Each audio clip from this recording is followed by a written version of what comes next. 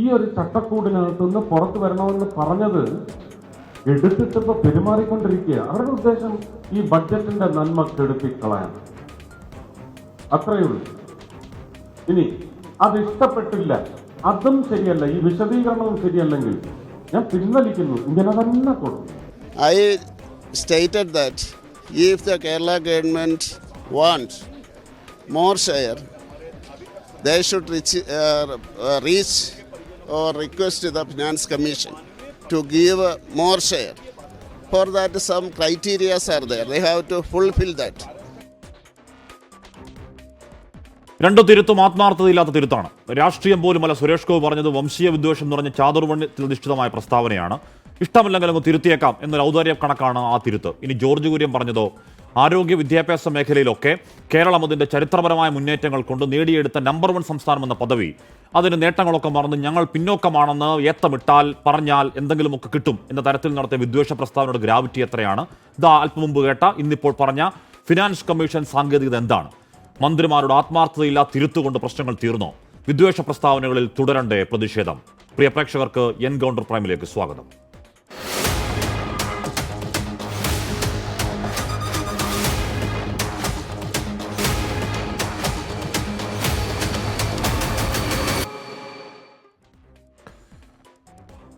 ജെക്സി Thomas, Shri Sandeep Warrier, Shri Prashant Shivan എന്നിവർ ചർച്ചയിലാതെ ഞാൻ പ്രശാന്തിലേക്ക് പോകുന്നു. ശ്രീ പ്രശാന്ത് ശിവൻ, ഇപ്പോൾ ജോർജ് കുര്യൻ്റെ ആ പ്രസ്താവന നമുക്ക് മനസ്സിലാക്കാം. അത് കേരളത്തോട് BJPക്കുള്ള ഒരു രാഷ്ട്രീയമായ എന്തോ തരത്തിലുള്ള പ്രതികാരം, പല രീതിയിലുള്ള പ്രതികരണ പ്രസ്താവന വന്നിട്ടുണ്ട്. അത് നിങ്ങളുടെ രാഷ്ട്രീയ ലൈനാണ്.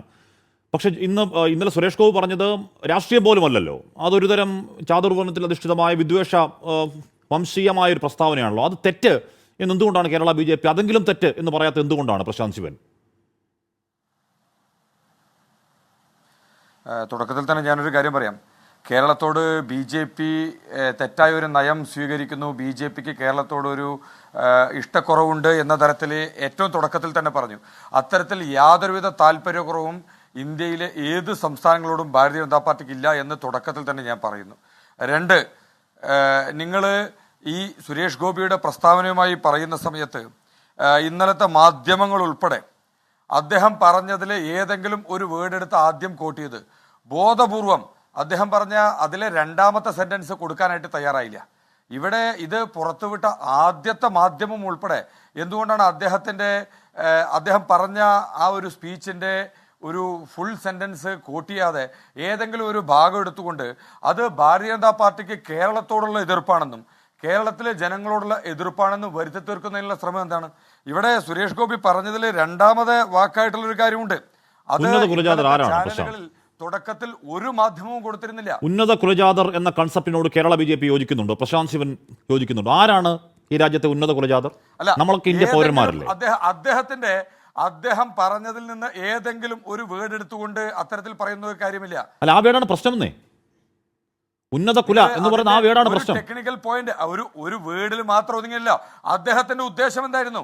അദ്ദേഹം ഉദ്ദേശിച്ചത് ഇത്തരത്തിൽ അദ്ദേഹം പറഞ്ഞ 2ാമത്തെ വാചകം എന്തുകൊണ്ടാണ് ഇവിടുത്തെ മാധ്യമങ്ങൾ തുടക്കത്തിൽ കൊടുക്കാൻ തയ്യാറായില്ല?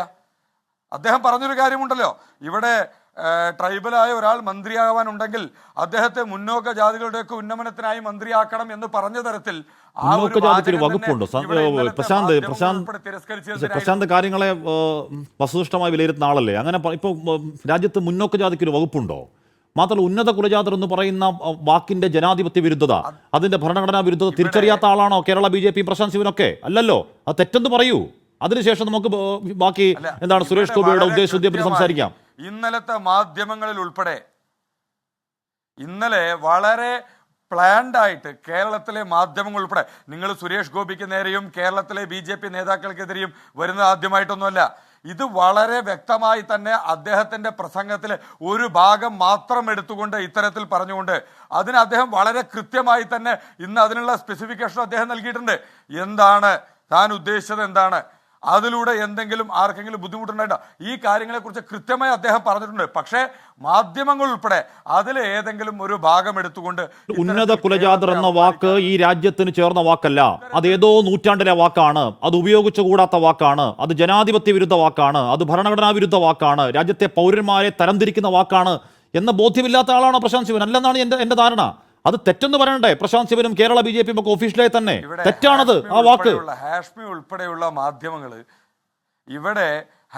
ഉൾപ്പെടെയുള്ള മാധ്യമങ്ങൾ ഇന്നലെ മുതൽ ബോധപൂർവം ഒരു സിംഗിൾ വേർഡിൽ കുരുക്കിക്കൊണ്ട് ഇവിടെ അദ്ദേഹം വളരെ കൃത്യമായി പറഞ്ഞിട്ടുണ്ട് ഏത് ഉദ്ദേശത്തോടു കൂടിയാണ് അദ്ദേഹം സംസാരിച്ചതെന്ന്. ഇനി ഇതുമായി ബന്ധപ്പെട്ട് ഒരു കാര്യം കൂടെ ഞാൻ കൂട്ടിച്ചേർക്കാൻ ഉദ്ദേശിക്കുകയാണ്.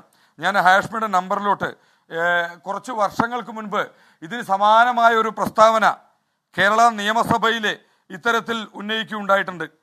ഇതിന് സമാനമായ പ്രസ്താവന തന്നെയായിരുന്നു. എന്താണത്? ഞാനത് ഹാഷ്മിക്ക് ഞാൻ അയച്ചിട്ടുണ്ട്. പറയട്ടെ, നോക്കാം. എന്തായിരുന്നു അതെന്ന് പറയൂ.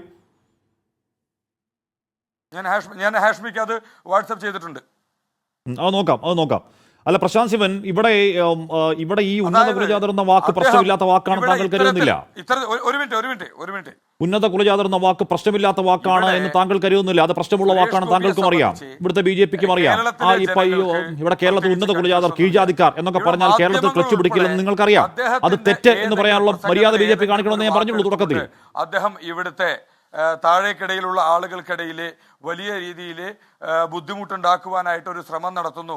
അദ്ദേഹത്തിന്റെ ഭാഗത്ത് നിന്ന് ഇവിടെ കേരളത്തിൽ തന്നെ കഴിഞ്ഞ കുറേ വർഷങ്ങളായിട്ട് ഇത്തരത്തിലുള്ള ഇടുക്കിയിലും വയനാടിലും അട്ടപ്പാടിയിലും ഉൾപ്പെടെയുള്ള ആദിവാസി മേഖലകളിൽ അദ്ദേഹം നടത്തിയിട്ടുള്ള പ്രവർത്തനങ്ങൾ രാഷ്ട്രീയത്തിന് അതീതമായി ഇന്നാട്ടിലെ മലയാളികൾ. ജെക്സി തോമസ്, ഇവിടെ ഇന്നിപ്പോ അല്പസമയം മുൻപ് ഒരു വാർത്താ ഏജൻസിക്ക് അനുവദിച്ച ഒരു പ്രതികരണത്തിൽ ആരാണ് ജോർജ് കുര്യൻ പറയലാണ്, ഇതിപ്പോൾ 1.9% നമ്മുടെ ടാക്സ് ഡെവല്യൂഷൻ, അതിൽ കൂടുതൽ വേണമെന്നുണ്ടെങ്കിൽ നമുക്ക് ഫിനാൻസ് കമ്മീഷൻ സമീപിക്കണം. ഫിനാൻസ് കമ്മീഷൻ അതിൻ്റെ ആവശ്യങ്ങൾ നോക്കും, അതിനുശേഷം കൂടുതൽ അനുവദിക്കും. അത് മാത്രമാണ് പറഞ്ഞത്. അതല്ലാതെ വേറെ ഏതെങ്കിലും തരത്തിൽ കേരളത്തെ അധിക്ഷേപിക്കാനുള്ള പ്രസ്താവന നടത്തിയിട്ടില്ല ജോർജ് കുര്യൻ പറയലാണ്. അങ്ങനെ ഫിനാൻസ് കമ്മീഷൻ സാങ്കേതികത പറഞ്ഞുകൊണ്ട് കേരളത്തോട് നടത്തിയ കൊടിയ വിദ്വേഷ പ്രസ്താവന തിരുത്ത് എന്ന് പറയാൻ കഴിയുമോ ജെക്സി തോമസ്? ഒന്നെനിക്ക് തോന്നുന്നു, വീണ്ടും നിങ്ങളുടെ ഈ കണക്ഷനകത്ത് സാങ്കേതികത കരാറുണ്ട്. അങ്ങ് പറയുന്നത് പൂർണ്ണമായി എനിക്ക് വ്യക്തമല്ല, വിട്ടുവിട്ടാണ് കേൾക്കുന്നത്. എന്നാലും കേട്ട ഭാഗത്തിൽ നിന്ന് ഞാൻ മനസ്സിലാക്കുന്നത് കോട്ടയത്ത് നിന്നുള്ള BJPയുടെ നേതാവും നമ്മുടെ യൂണിയൻ മന്ത്രിസഭാംഗവും കൂടിയായിട്ടുള്ള ജോർജ് കുര്യൻ പറയുന്നു, അദ്ദേഹത്തിൻ്റെ കഴിഞ്ഞ ദിവസത്തെ അങ്ങേയറ്റം വിഷലിപ്തമായ കേരളീയ വിരുദ്ധ പ്രസ്താവനയെ ന്യായീകരിച്ചുകൊണ്ട് അദ്ദേഹം ടാക്സ് വിഹിതത്തെ മറ്റും സംബന്ധിച്ച് അദ്ദേഹത്തിൻ്റെ ഒരു പുതിയ വാദം ഇറക്കി. അങ്ങനെയാണ് അങ്ങയുടെ ചോദ്യത്തിൽ നിന്ന് ഞാൻ മനസ്സിലാക്കുന്നത്. എന്തായാലും ആ ടാക്സ് വിഹിതത്തെ സംബന്ധിച്ചുള്ള പുതിയ ന്യായീകരണം നമ്മളുടെ പൊതുസംവാദ സ്ഥലിയിൽ എത്രയോ കാലങ്ങളായി നമ്മൾ കേട്ടുകൊണ്ടിരിക്കുന്നതാണ്. കേരളത്തിന് അർഹതയും അവകാശവുമുള്ള എൻ്റെയും അങ്ങരുടെയും മലയാളികളായ ലോകമെമ്പാടുമുള്ള മലയാളി സമൂഹത്തിൻ്റെയും അവകാശപൂർണതയുള്ള വിഹിതത്തെ സംബന്ധിച്ച് ചോദിക്കുമ്പോഴാണ് നിർഭാഗ്യവശാൽ അങ്ങേയറ്റം കേരളീയ വിരുദ്ധമായ സമീപനത്തോടു കൂടെ നമ്മുടെ നാട്ടിലെ RSSന്റെ നേതാക്കന്മാർ നിർഭാഗ്യവശാൽ ഇപ്പോൾ കേന്ദ്രമന്ത്രി കൂടെ കേരളം പിന്നോക്കാവസ്ഥയിലാവട്ടെ എന്ന ധ്വനിയോടുകൂടെയുള്ള പ്രസ്താവന നടത്തുന്നത്. ആ പച്ച കേരളീയ വിരുദ്ധയെ ന്യായീകരിക്കാൻ ഇപ്പോൾ ടാക്സ് വിധത്തെ സംബന്ധിച്ചുള്ള പുതിയ കാര്യവുമായി വന്നിരിക്കുകയാണ്. നമ്മൾ നോക്കൂ, ഇപ്പോൾ ബഡ്ജറ്റിനെ സംബന്ധിച്ച് അങ്ങേയറ്റം സൂക്ഷ്മതയുള്ള വിശദാംശങ്ങളിലേക്ക് പോകേണ്ടതായിട്ടില്ല.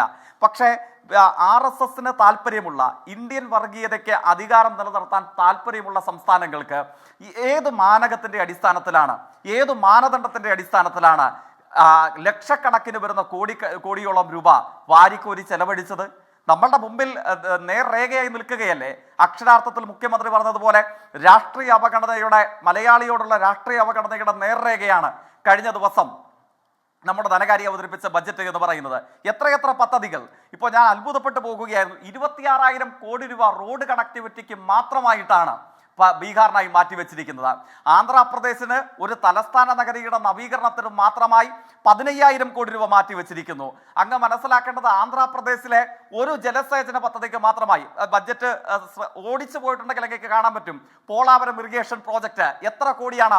50,000 കോടി രൂപയാണ് ഒരൊറ്റ ജലസേചന പദ്ധതിക്ക് മാത്രമായി ആന്ധ്രാപ്രദേശ് എന്ന സംസ്ഥാനത്തിന് മാറ്റിവെച്ചത്. 2 പദ്ധതികൾ മാത്രം എടുക്കുമോ? എണ്ണമറ്റ ആന്ധ്രാപ്രദേശിലെ 20-22 പദ്ധതികൾ നമ്മുടെ മുമ്പിലുണ്ട്. റോഡ് കണക്ടിവിറ്റി ഉൾപ്പെടെ ബീഹാറിന്റെ ഒരു 29ലധികം വരുന്ന പദ്ധതികൾ നമ്മുടെ മുമ്പിലുണ്ട്. ഞാൻ ഒന്നിന്റെയും വിശദാംശങ്ങളിലേക്ക് പോകുകയല്ല.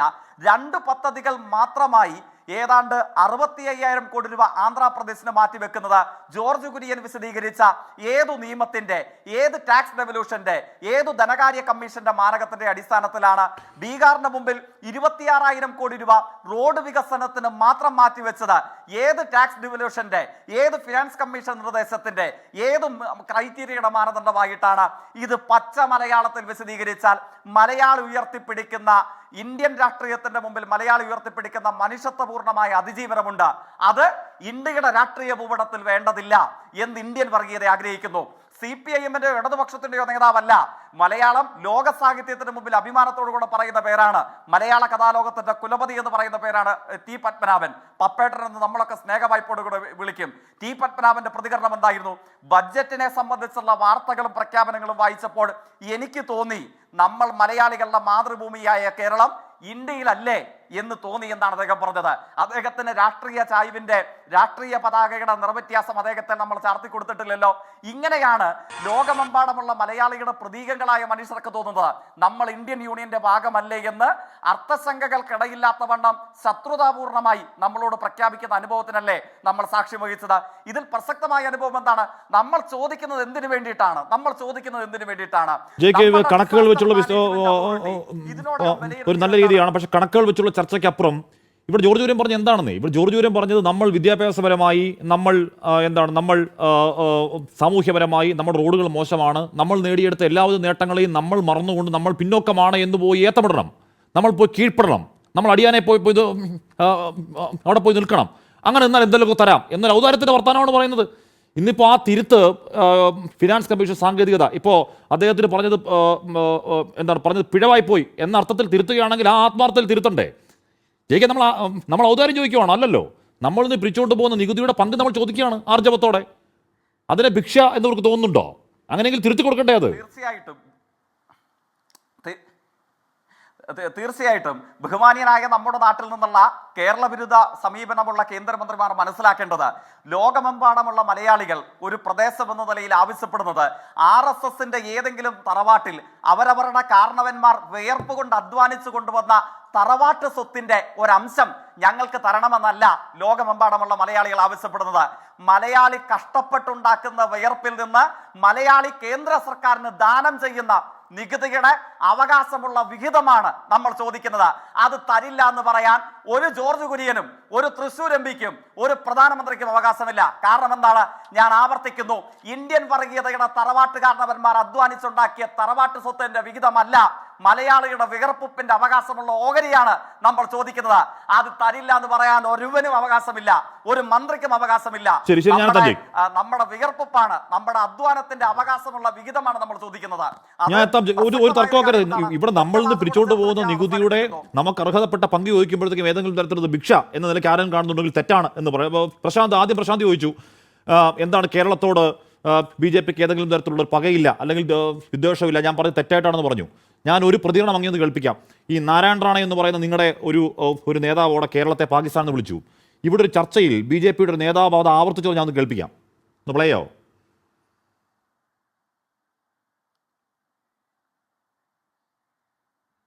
പാകിസ്ഥാനിൽ കാണുന്ന തീവ്രവാദ നിലപാടുകൾക്കെല്ലാം പാകിസ്ഥാനെ പോലെ തന്നെ പിന്തുണ കിട്ടുന്ന ഒരു സംസ്ഥാനമാണ് കേരളം. പാകിസ്ഥാൻ ഏതൊക്കെ തരത്തിലുള്ള തീവ്രവാദത്തിനെ സ്വാഗതം ചെയ്യുന്നോ, പിന്തുണയ്ക്കുന്നോ, ആഘോഷമാക്കി മാറ്റുന്നോ, അതൊക്കെ തന്നെ കേരളത്തിൽ നമുക്ക് കാണാൻ കഴിയും.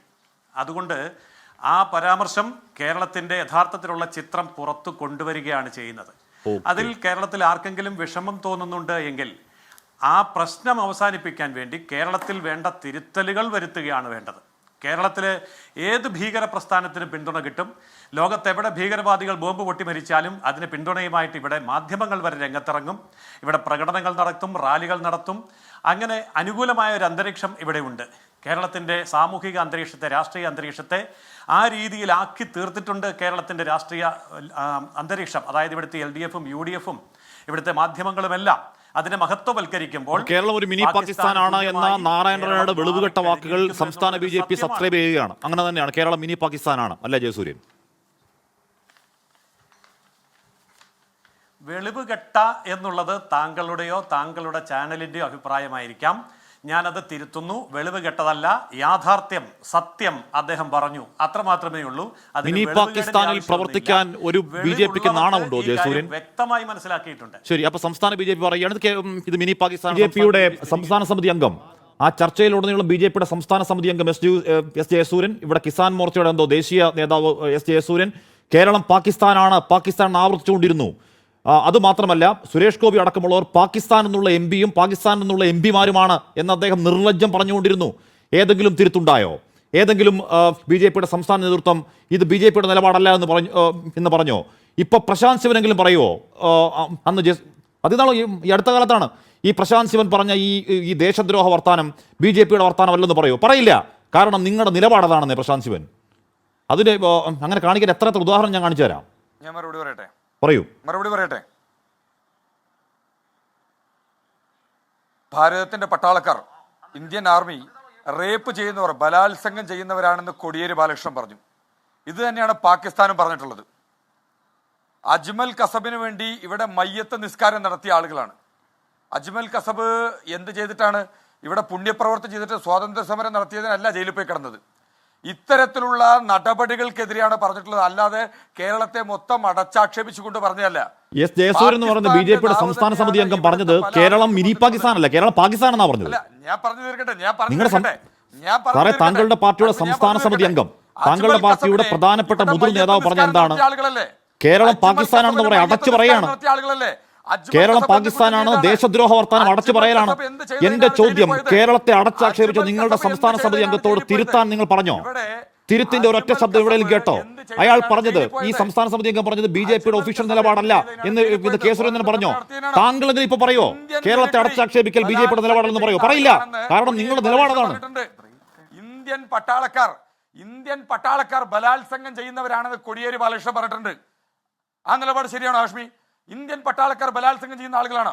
ഇത് തന്നെയല്ലേ പാകിസ്ഥാൻ പറയുന്നത്? ഞാൻ ചോദിക്കുന്നത്, കേരളം എന്ന് പറയുന്ന ഇന്ത്യക്കകത്ത് നിൽക്കുന്ന സംസ്ഥാനം എന്തോ പറയുന്നേ? കേരളം എന്ന് പറയുന്ന ഇന്ത്യക്കകത്ത് നിൽക്കുന്ന ഒരു സംസ്ഥാനം പാകിസ്ഥാനാണ് എന്ന് നിങ്ങളുടെ ഒരു സംസ്ഥാന സമിതി അംഗം ആവർത്തിച്ച് ആ ചർച്ചയിൽ പറഞ്ഞു. അത് തിരുത്താൻ ഇപ്പോഴെങ്കിലും പ്രശാന്ത് ശിവൻ തയ്യാറാകോ? സംസ്ഥാന ബിജെപി തയ്യാറാകോ? ഇതാണ് നിങ്ങൾക്ക് കേരളത്തോടുള്ള പകയുടെയും വിദ്വേഷത്തിന്റെയും ഏറ്റവും ഒടുവിലത്തെ നമുക്ക് ബോധ്യപ്പെടുന്ന നക്ഷത്ര വെളിച്ചത്തിൽ പ്രതികരണം ഞാൻ കേൾപ്പിച്ച. ഇങ്ങനെ എത്ര പ്രതികരണം ഞാൻ കേൾപ്പിക്കണം? അപ്പൊ ജോർജ് കുര്യൻ പറഞ്ഞു ചുമ്മാ അല്ല, ഈ പക ഉള്ളിൽ വെച്ചുകൊണ്ട് പറയുന്നതാണ്. ഇന്ത്യൻ പട്ടാളക്കാർ ബലാത്സംഗം ചെയ്യുന്നവരാണെന്ന് പറഞ്ഞത് കോടിയേരി ബാലകൃഷ്ണനാണ്. ഇന്ത്യൻ സൈന്യത്തെ അവമാനിച്ചത് ഇതേ തന്നെയാണ് പാകിസ്ഥാനും പറയുന്നത്. ഈ നയത്തെയാണ് എതിർക്കുന്നത്, ഈ നയത്തെയാണ് ബിജെപി എതിർക്കുന്നത്. ശരി, ഓക്കെ, അത് വിട്ടേക്ക്. അപ്പോ കേരളത്തെ മൊത്തം എതിർക്കുന്നില്ല. അല്ല, ഞാൻ പറയുന്നത് അപ്പൊ പ്രശാന്ത് ശിവൻ എന്ന് പറയുന്ന പാലക്കാട് ബിജെപിയുടെ ജില്ലാധ്യക്ഷൻ പറയുന്നത് കേരളം പാകിസ്ഥാനാണെന്ന് ജയസൂര്യൻ പറഞ്ഞതിനോട് യോജിക്കുകയാണ്. ഞാൻ പൂർത്തിയാക്കട്ടെ. അല്ല, പ്രശാന്ത് ശിവനും കേരളം പാകിസ്ഥാനാണെന്ന് ജയസൂര്യൻ പറഞ്ഞതിനോട് യോജിക്കുകയാണ് അല്ലെ പ്രശാന്ത് ശിവൻ? അവരെ എതിർക്കും. ഞാൻ പറഞ്ഞത് ഹാഷ്മി വിളച്ചൊടിക്കരുത്. ഞാൻ പറഞ്ഞത് ഇവിടെ കേരളത്തെ ഭീകരവാദത്തെ പിന്തുണയ്ക്കുന്ന പോലെ പാകിസ്ഥാൻ പറയുന്ന അതേപോലെ തന്നെയാണ് കോടിയേരി ബാലകൃഷ്ണൻ പറഞ്ഞിട്ടുള്ളത്. അതിനെ എതിർക്കുന്നുണ്ട് ഞാൻ. അത്തരത്തിൽ കോടിയേരി ബാലകൃഷ്ണൻ ഇന്ത്യൻ പട്ടാളക്കാരെ അപമാനിച്ചിട്ടുണ്ടെങ്കിൽ, പാകിസ്ഥാന്റെ നാവായി കോടിയേരി ബാലകൃഷ്ണൻ പറഞ്ഞിട്ടുണ്ടെങ്കിൽ അവരെ പാകിസ്ഥാനികൾ തന്നെയാണ് പറയുന്നത്, അല്ലാതെ മാറ്റമൊന്നുമില്ല. പിന്നെ അജ്മൽ കസബിനെ ഇവിടെ മയ്യത്ത് നിസ്കാരം നടത്തി. അജ്മൽ കസബ് എന്ത് ചെയ്തിട്ടാണ് നടത്തിയത്? ഞാൻ ചോദിക്കുമ്പോൾ അന്ന് ജയസൂര്യൻ പറഞ്ഞത് എന്താ എഴുത്തച്ഛന്റെ പ്രതിമയായിരുന്നു. ഇന്നിപ്പോ താങ്കൾ കോടിയേരിയാണ് പറയുന്നത്. തെറ്റാണെന്നെങ്കിലും പറയും. നമ്മൾ രാജ്യം എന്ന് പറയുന്നത്, കേരളം എന്ന് പറയുന്നത് ഇന്ത്യയിലെ ഒരു സംസ്ഥാനമല്ലേ ഞാനിവിടെ ഈ ചർച്ചയിൽ പറഞ്ഞതില് ഹാഷ്മിക്ക് എന്തെങ്കിലും ഈ പറഞ്ഞത് ഞാൻ പറഞ്ഞതിനകത്ത് പ്രശാന്ത്, കേരളം രാജ്യത്തെ ഒരു സംസ്ഥാനമാണ്. ആ സംസ്ഥാനത്തിനെ പാകിസ്ഥാൻ എന്ന് വിളിച്ചത് രാജ്യദ്രോഹ പരാമർശമാണ് എന്ന് അങ്ങയുടെ പ്രധാനപ്പെട്ട നേതാവ് പറഞ്ഞു മനസ്സിലാക്കൂ. അതൊന്ന് തിരുത്താനെങ്കിലും തയ്യാറാവും. ആളുകൾക്ക് ഇന്ത്യൻ പട്ടാളക്കാരെ അപമാനിക്കാനുള്ള ലൈസൻസ് ഉണ്ടോ? ഒരു ലൈസൻസും ഇല്ല. പ്രശാന്ത് തിരുത്തു. അല്ല, പ്രശാന്ത് തിരുത്തു. അങ്ങയുടെ മുതിർന്ന നേതാവിനെ പറഞ്ഞു മനസ്സിലാക്കൂ. അദ്ദേഹം പറഞ്ഞത് വെളിവുകേടാണെന്ന് വിവരക്കേടാണെന്ന് പറഞ്ഞു മനസ്സിലാക്കൂ. അങ്ങയുടെ മുതിർന്ന നേതാവിനോട് അത് രാജ്യദ്രോഹ പ്രസ്ഥാനം പറഞ്ഞു മനസ്സിലാക്കൂ. അതിനുശേഷം നമുക്ക് കോടിയേരിയെ പറ്റി പറയാം. ഇവിടെ കോടിയേരി ബാലകൃഷ്ണനാണ് പറഞ്ഞത്. കോടിയേരി പറഞ്ഞാൽ കേരളം മൊത്തം പാകിസ്ഥാനാവോ? ശരി, കോടിയേരി പറഞ്ഞാൽ കേരളം മൊത്തം പാകിസ്ഥാനാവോ? അല്ല, കോടിയേരി പറഞ്ഞു എനിക്കറിയില്ല. കോടിയേരി പറഞ്ഞാൽ എനിക്കറിയാം, ജയിക്കിനോട് ചോദിക്കാം. പക്ഷെ കോടിയേരി പറഞ്ഞാൽ കേരളം മൊത്തം പാകിസ്ഥാനാവോ? കോടിയേരി പറഞ്ഞാൽ കേരളം മൊത്തം പാകിസ്ഥാനാവോ പ്രശാന്തേ? ഗൂഗിൾ എല്ലാം ഗൂഗിളാണ്. പറഞ്ഞത് തെറ്റാണെന്ന് പറയാൻ ഹാഷ്മിക്ക് ആർജവുണ്ടാവില്ല. അല്ല, അങ്ങനെ പറഞ്ഞത് തെറ്റാണെന്ന് തർക്കം എന്താ? ജയിക്കിനോട് ചോദിക്കാം. ഇനി കോടിയേരി പറഞ്ഞു എന്ന് മാത്രം സമ്മതിക്ക്. കോടിയേരി പറഞ്ഞാൽ കേരളം പാകിസ്ഥാനാവോ? ഇല്ലല്ലോ. കോടിയേരി പറഞ്ഞാൽ കേരളം പാകിസ്ഥാനാവോ പ്രശാന്തേ? കോടിയേരി പറഞ്ഞ അതേ കാര്യങ്ങൾ തന്നെയാണ് പാകിസ്ഥാനും പറയുന്നത്. കോടിയേരി പറഞ്ഞാൽ കേരളം പാകിസ്ഥാനാവോ? തന്നെയാണ് കോടിയേരിയും പറയുന്നത്. കോടിയേരി പറഞ്ഞാൽ കേരളം പാകിസ്ഥാനാവോ പ്രശാന്ത്? പാകിസ്ഥാൻ പറയുന്ന രീതിയിൽ കോടിയേരി എങ്ങനെ അത്തരത്തിൽ പറയും? അങ്ങനെ പറഞ്ഞാൽ കേരളം പാകിസ്ഥാനാവോ? അപ്പൊ കോടിയേരി പറയുന്ന ഇത്തരത്തിൽ പറയുന്ന ആളുകൾക്കെതിരെ തന്നെയാണ് BJP പറയുന്നത്.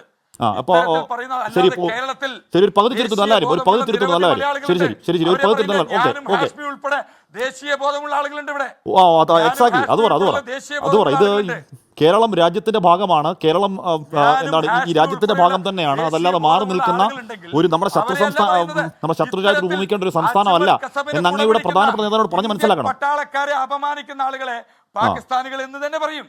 ഓക്കെ, സന്ദീപ് വാര്യർ ഇന്ത്യൻ പട്ടാളത്തെ റേപ്പ് ചെയ്യുന്നവരെന്ന് പറയുന്ന അജ്മൽ കസബിനെ പോലുള്ളവർക്ക് മയ്യത്ത് നിസ്കാരം നടത്തുന്ന ആളുകളെ ഭീകരവാദികൾ എന്ന് തന്നെയാണ് പറയുന്നത്. അവരെ അപ്പൊ പറയണം, അല്ല കേരളത്തെ മൊത്തം അധിക്ഷേപിക്കരുത്. അവരിപ്പോ പറ, അല്ലാതെ കേരളം മൊത്തം പാകിസ്ഥാനാണെന്ന് ജയസൂര്യന്റെ നിലപാട് തെറ്റാണെന്ന് ആദ്യം സമ്മതിക്കും. നിങ്ങളുടെ നേതാവ്, നിങ്ങളുടെ സംസ്ഥാന നേതാവ്, നിങ്ങളുടെ സംസ്ഥാന നേതാവ് ജയസൂര്യൻ, ഞാൻ പിന്നെയും കേൾപ്പിക്കണോ? അത് മാത്രമല്ല, സുരേഷ് ഗോപി അടക്കം കേരളത്തിൽ നിന്നുള്ള സകല എംപിമാരും പാകിസ്ഥാനിലുള്ള എംപിമാരാണെന്ന് ഈ വിദ്വാൻ അന്ന് പറഞ്ഞു വെച്ച് കളഞ്ഞു. സുരേഷ് ഗോപി എപ്പോഴാണ് കേരളം പാകിസ്ഥാനാണെന്ന് പറഞ്ഞത്? സുരേഷ് ഗോപി പറഞ്ഞല്ലേ പറഞ്ഞേ?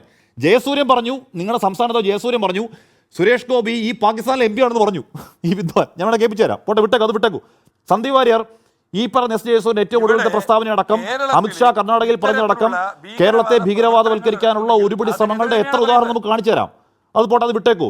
അതിന്റെ തുടർച്ചയല്ല. ഇപ്പൊ ജോർജ് കുര്യൻ സാധാരണത്തിൽ അങ്ങനെയൊന്നും പറയാത്ത വളരെ മിതവാദിയായ ഒരു നേതാവാണെന്നാണ് ഞാൻ കരുതിയിരുന്നത്. ഇവിടെ കേരളം പിന്നോക്ക സംസ്ഥാനമാണ് നിങ്ങൾ പ്രഖ്യാപിക്കുക, അതിനുശേഷം സഹായത്തെ പറ്റി ആലോചിക്കാം എന്ന് പറയുന്നത് ഇതിന്റെ മറ്റൊരു വെർഷനിൽ എന്താണ് സന്ദീപ്?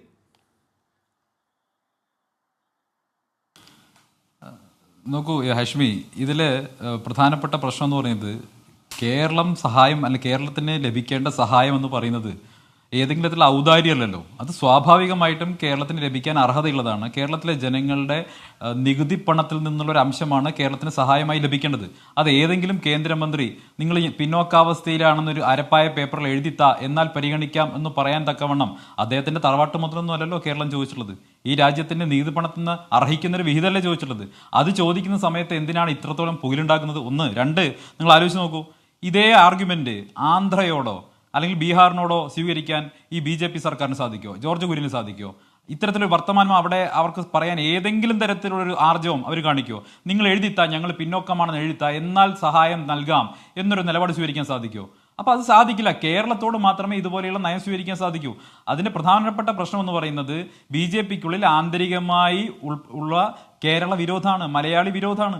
ആ മലയാളി വിരോധം എല്ലാ കാലത്തും BJP സ്വീകരിച്ചിട്ടുണ്ട്, നിലപാടുകൾ പുറത്തു പറഞ്ഞിട്ടുണ്ട്. നേരത്തെ നിങ്ങൾ കാണിച്ചിട്ടുള്ള കേരളം പാകിസ്ഥാനാണ് എന്ന രീതിയിലുള്ള ആർഗ്യുമെന്റ് നോക്കൂ, എന്തൊക്കെ ഫേക്ക് നറേറ്റീവ്സ് ആണ് കൊണ്ടുവരുന്നത്. ഒന്നിലെ അർത്ഥസത്യങ്ങൾ, അതല്ലെങ്കിൽ നുണകൾ, ഈ പച്ച നുണകൾ, ഇതെല്ലാം കെട്ടിപ്പൊക്കി കേരളത്തെ എന്തോ ഒരു ഭീകരവാദ കേന്ദ്രമാക്കി കാണിക്കാൻ ദീർഘകാലമായി സംഘപരിവാർ നടത്തുന്ന ഒരു വലിയ പരിശ്രമമുണ്ട്.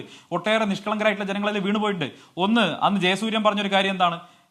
തിരൂരിലെ തുഞ്ചൻ പറമ്പിൽ തുഞ്ചന്റെ പ്രതിമ സ്ഥാപിക്കുന്നതിനെതിരായിട്ടുള്ള നിലപാട് മലപ്പുറത്തെ ലീഗ് സ്വീകരിച്ചു. മലപ്പുറത്ത് സ്വീകരിക്കപ്പെടുന്നു എന്നാണ് പറഞ്ഞത്. പച്ചക്കള്ളമല്ലേ അഷ്മി അത്? ഞാൻ ഇന്നലെ യൂത്ത് ലീഗ് സംഘടിപ്പിച്ചിട്ടുള്ള ഫെസ്റ്റിവലിൽ ഇവിടെ മലപ്പുറം ടൗണിൽ സംഘടിപ്പിച്ച ഫെസ്റ്റിവൽ പങ്കെടുത്തയാളാണ്.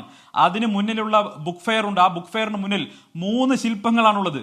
ആ 3 ശില്പങ്ങളെ ചൂണ്ടിക്കാണിച്ച് ഞാൻ ഇന്നലെ പ്രസംഗിച്ചത് മലപ്പുറത്തിന് പ്രതിമാ വിരോധമുണ്ടെന്നുള്ള സംഘപരിവാർ നറേറ്റീവ് തെറ്റാണെന്ന് തെളിയിക്കാൻ നിങ്ങൾ ഇവിടെ വന്ന് നോക്കിയാൽ മതി എന്നുള്ളതാണ്. നമുക്കറിയാം, തിരൂരിലെ തുഞ്ചൻ പ്രതിമ എന്ന് പറയുന്നത് അവിടെ വാസ്തവത്തിൽ ആ പ്രതിമ തുഞ്ചനെ അല്ലെങ്കിൽ ഭാഷാപിതാവിനെ പ്രതിനിധീകരിക്കുന്നതല്ല. അദ്ദേഹത്തിന്റെ നമ്മൾ ആരും ചിത്രം കണ്ടിട്ടില്ല. അപ്പൊ ആ പ്രതിമ പോരാ, മോശമാണ്, ആ രീതിയിലല്ല കാണിക്കേണ്ടത് എന്ന് അന്നത്തെ അതിന്റെ അധ്യക്ഷനായിരുന്ന MT വാസുദേവൻ നായരും അതിന്റെ ഉത്തരവാദികളായിരുന്ന മനോരമയും ചേർന്നെടുത്ത തീരുമാനമാണ്. അത് മലപ്പുറത്തെ ജനങ്ങളുടെയും ലീഗിന്റെയും തലയിലേക്ക് വെച്ച് കിട്ടി. എന്തിന്? ഒരു വർഗീയ വിഭജനം ഉണ്ടാക്കാൻ വേണ്ടിയിട്ട്. എന്നിട്ട് BJPയുടെ സംസ്ഥാന പ്രസിഡന്റ് 3 വർഷം മുമ്പ് പുതിയ BJP പ്രതിമ ഉണ്ടാക്കുമെന്ന് പറഞ്ഞ 1001 അംഗ കമ്മിറ്റി രൂപീകരിച്ചു. ആരെ ചെയർമാനാക്കിയിട്ട്? ആ പാവം മെട്രോമാൻ E ശ്രീധരനെ ചെയർമാനാക്കിയിട്ട്. അന്ന് രൂപീകരിച്ചതിനപ്പുറം ആ കമ്മിറ്റി ഒരിക്കലെങ്കിലും ഒരു യോഗം ചേർന്നിട്ട്, എന്നാൽ BJP കേന്ദ്രം ഭരിക്കുന്ന പാർട്ടിയല്ലേ, എന്തേ തുഞ്ചത്ത് ആചാര്യന്റെ പ്രതിമ ഉണ്ടാക്കാത്തത്? നിങ്ങൾ 1001 അംഗ കമ്മിറ്റി പ്രഖ്യാപിച്ചിരുന്നല്ലോ, എവിടെ പോയി? പിന്നെ മറ്റൊരു ആർഗ്യുമെന്റ് ഇപ്പൊ കൊണ്ടുവരുന്നത് കോടിയേരി ബാലകൃഷ്ണൻ ഇന്ത്യൻ സൈന്യത്തിനെതിരായിട്ടുള്ള പ്രസ്താവന നടത്തി. അങ്ങനെ പ്രസ്താവന നടത്തിയിട്ടുണ്ടെങ്കിൽ അത് അപലപിക്കപ്പെടണം, ഒരു സംശയവുമില്ല. പക്ഷെ കോടിയേരി ബാലകൃഷ്ണൻ അല്ല കേരളം. എന്തിനാണ് കേരളത്തെ പാകിസ്ഥാൻ എന്ന് വിളിക്കുന്നത്? നോക്കൂ, ഇവിടെ രാജ്യത്തിന് വേണ്ടി പിന്നെ സ്വന്തം ജീവൻ രക്തസാക്ഷിത്വം വരിച്ചിട്ടുള്ള നിരഞ്ജനടക്കമുള്ള എത്രയോ സൈനികർ ഈ മണ്ണിൽ നിന്നുണ്ടായവരല്ലേ. ഈ മണ്ണിന് വേണ്ടി കാർഗിൽ യുദ്ധത്തിലും 71 യുദ്ധത്തിലും 65 യുദ്ധത്തിലും 62 യുദ്ധത്തിലും 47 48 എല്ലാ സമയത്തും ഈ രാജ്യത്തിന് വേണ്ടി എത്രയോ മലയാളികൾ രക്തസാക്ഷികളായിരിക്കുന്നു, തൂക്കുകയറിലേറിയിരിക്കുന്നു, എത്രയോ ശത്രുക്കളുമായി ഏറ്റുമുട്ടി വീരമൃത്യു വെച്ചിരിക്കുന്നു. അവരെ മുഴുവൻ നിങ്ങൾ പാകിസ്ഥാനികൾ എന്ന് വിളിക്കുമ്പോൾ വാസ്തവത്തിൽ BJP അല്ലേ രാജ്യവിരുദ്ധ പ്രസ്ഥാനം നടത്തുന്നത്? ഈ മണ്ണിലുള്ള മലയാളികൾ മുഴുവൻ ഇന്ത്യക്കാരാണ്. ഞങ്ങളൊക്കെ ഇന്ത്യൻ പാസ്പോർട്ട് ഉള്ളവരാണ്. ഞങ്ങളെ മുഴുവൻ പാകിസ്ഥാൻകാരാന്ന് വിളിക്കാൻ BJP-ക്കാർക്ക് അധികാരം തന്നിട്ടുള്ളത്? ഈ പറയുന്ന പിന്നെ BJP-യുടെ നേതാക്കന്മാർക്ക് ആരാ അധികാരം തന്നിട്ടുള്ളത്? ഈ മണ്ണ് എങ്ങനെയാണ് പാകിസ്ഥാന്റെ മണ്ണാവുന്നത്? ഈ മണ്ണെന്ന് പറയുന്നത് ഇന്ത്യൻ ദേശീയതയുടെ ഭാഗമാണ്, ഇന്ത്യയുടെ ഭാഗമാണ്. അതിനൊരു BJP-ക്കാരന്റെ സർട്ടിഫിക്കറ്റ് ആവശ്യമില്ല. മലയാളിയുടെ രാജ്യസ്നേഹം എന്തായാലും BJP-ക്കാരന്റെ സർട്ടിഫിക്കറ്റ് കൊണ്ട് തെളിയിക്കേണ്ട ഒരു ഗതികേടും മലയാളികൾക്ക് വന്നിട്ടില്ല. ഇപ്പൊ നോക്കൂ, മലയാളികൾ ഈ രാജ്യത്തിന്റെ ഭാഗമല്ല എന്നുള്ള രീതിയിലാണ് ജോർജ് കുര്യന്റെ പ്രസ്താവന. ഇതെങ്ങനെ അംഗീകരിക്കാൻ സാധിക്കുന്നത്? നമുക്ക് ഏതെങ്കിലും തരത്തിൽ സഹായം വേണമെങ്കിൽ നിങ്ങൾ നോക്കൂ, ഇപ്പോൾ വയനാട്ടിൽ ജോർജ് കുര്യന്റെ ഗുരുവായിട്ടുള്ള മുരളീധരനും ഇതുപോലെയുള്ള പ്രസ്താവന നടത്തിയില്ലേ? മുരളീധരൻ എന്താ പറഞ്ഞത്? വളരെ ചെറിയ ഒരു ആക്സിഡന്റ് എന്നല്ലേ പറഞ്ഞത്? 2ഓ 3ഓ പഞ്ചായത്തിൽ ഒതുങ്ങി നിൽക്കുന്ന എന്ന രീതിയിൽ വയനാട്ടിൽ സംഭവിച്ചിട്ടുള്ള അത്രയും വലിയ ആ പ്രകൃതി ദുരന്തത്തെ ചെറുതാക്കി കാണിക്കാനും വയനാട്ടുകാർക്ക് കിട്ടേണ്ട സഹായം ഇല്ലാതാക്കാനും ശ്രമിച്ചതാരാണ്? ജോർജ് കുര്യന്റെ രാഷ്ട്രീയ ഗുരുവായിട്ടുള്ള മുരളീധരൻ. ആ ഗുരുവിന്റെ ശിഷ്യൻ ഇപ്പൊ എന്താ പറയുന്നത്? കേരളത്തിന് സഹായം കിട്ടണമെങ്കിൽ നിങ്ങൾ എഴുതിത്താ, നിങ്ങൾ പിന്നോക്ക സംസ്ഥാനമാണെന്ന് എഴുതാന്ന്. ഇത് എവിടുത്തെ ന്യായാണ് അഷ്മി? ഇതെങ്ങനെയാണ് മലയാളിക്ക് അംഗീകരിക്കാൻ സാധിക്കുക? ഇത്ര നെറികെട്ട മലയാളി വിരുദ്ധത, ഇത്ര നെറികെട്ട കേരള വിരുദ്ധത കൊണ്ട് ഈ പാർട്ടി എങ്ങനെയാണ് കേരളത്തിൽ ജനങ്ങളെ അഭിമുഖീകരിക്കുന്നത്? അതിന് പരസ്യമായി മലയാളികളെ മുഴുവൻ ആക്ഷേപിക്കുകയാണ്. ഇതെങ്ങനെയാണ് അംഗീകരിക്കാൻ സാധിക്കുക? ഈ നെറികേടിനെതിരായിട്ടുള്ള വലിയ തോതിലുള്ള ജനരോഷം ഉയരുമെന്ന് കണ്ടപ്പോഴാണ് ഇപ്പൊ ജോർജ് കുര്യൻ നിന്ന നിൽപ്പില് തലകുത്തി മറിഞ്ഞ് ഞാൻ പറഞ്ഞത് അങ്ങനെയല്ല എന്ന് പറയുന്നത്. അദ്ദേഹം പറഞ്ഞ എന്താണെന്ന് വ്യക്തമായിട്ടും മീഡിയയുടെ മുന്നിൽ ഉള്ളതാണല്ലോ, ക്യാമറകളിൽ ഉള്ളതാണല്ലോ, മീഡിയ കാണിച്ചാണല്ലോ. ഇന്ന് എങ്ങനെ ഇപ്പൊ നിലപാട് മാറ്റുന്നത്? നീതി ആയോഗിനോട് പറഞ്ഞോളൂ എന്നൊക്കെ പറയുന്നത്. എന്നാൽ ഇതേ നിലപാട് ആന്ധ്രയോട് പറയാൻ ഇവർക്ക് സാധിക്കില്ല.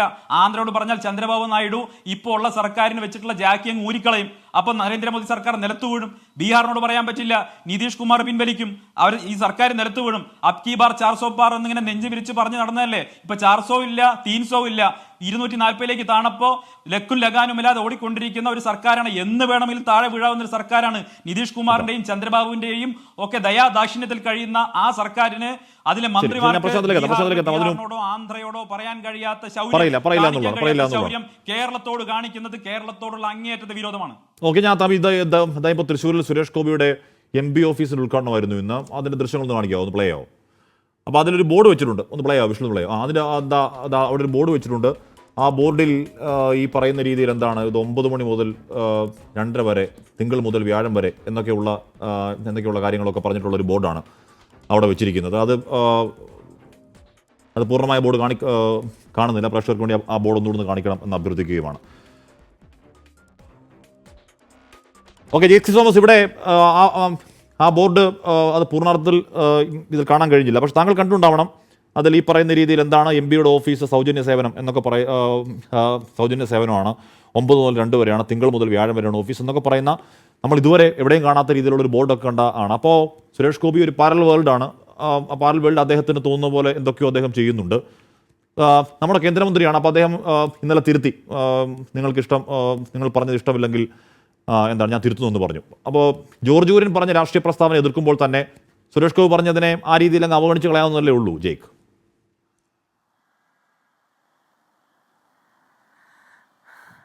അത് ഔചിത്യമുള്ള മലയാളികൾ ചിന്തിക്കട്ടെ.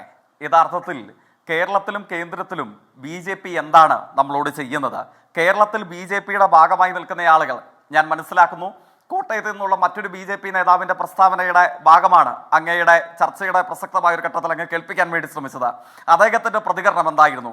എന്റെയും അങ്ങയുടെയും ഈ ചർച്ചയിൽ പങ്കെടുക്കുന്ന BJP നേതാവിന്റെയും ഒക്കെ നമ്മുടെയൊക്കെ മാതൃരാജ്യമാണ് മലയാളം എന്ന് പറയുന്നത്. നമ്മുടെ നാടിനെ സംബന്ധിച്ച് കേരളത്തിലെ BJP നേതാക്കന്മാരുടെ പ്രതികരണം എന്താണ്? അതിനെ സംബന്ധിച്ച് യൂണിയൻ ഗവൺമെന്റിന്റെ പിന്തുണയോടുകൂടെ പ്രവർത്തിക്കുന്ന കേന്ദ്ര BJP നേതാക്കന്മാരുടെ പ്രതികരണം എന്താണ്?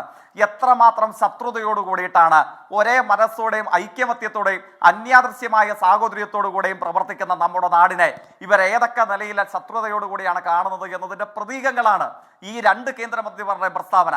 എന്തുകൊണ്ടാണ് മലയാളിയുടെ ഐക്യത്തിന് മുമ്പിൽ, അത് ഉയർത്തുന്ന സമ്മർദ്ദ രാഷ്ട്രീയത്തിന് മുമ്പിൽ ഞങ്ങൾ ഉദ്ദേശിച്ചത് അങ്ങനെയല്ല എന്ന് പറഞ്ഞ് വിഴുങ്ങേണ്ട വന്നിരിക്കുന്നു.